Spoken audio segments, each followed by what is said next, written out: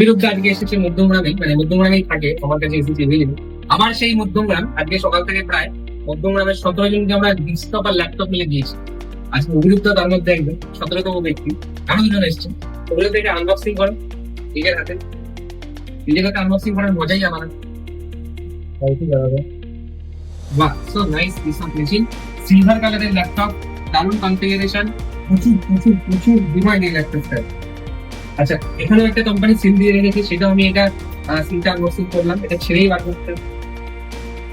আর আমার মনে হচ্ছে স্ক্রিনটা 16 ইঞ্চিতে, 16 ইঞ্চিতে আছে, আগের তুলনায় একটু সাইজে বড়।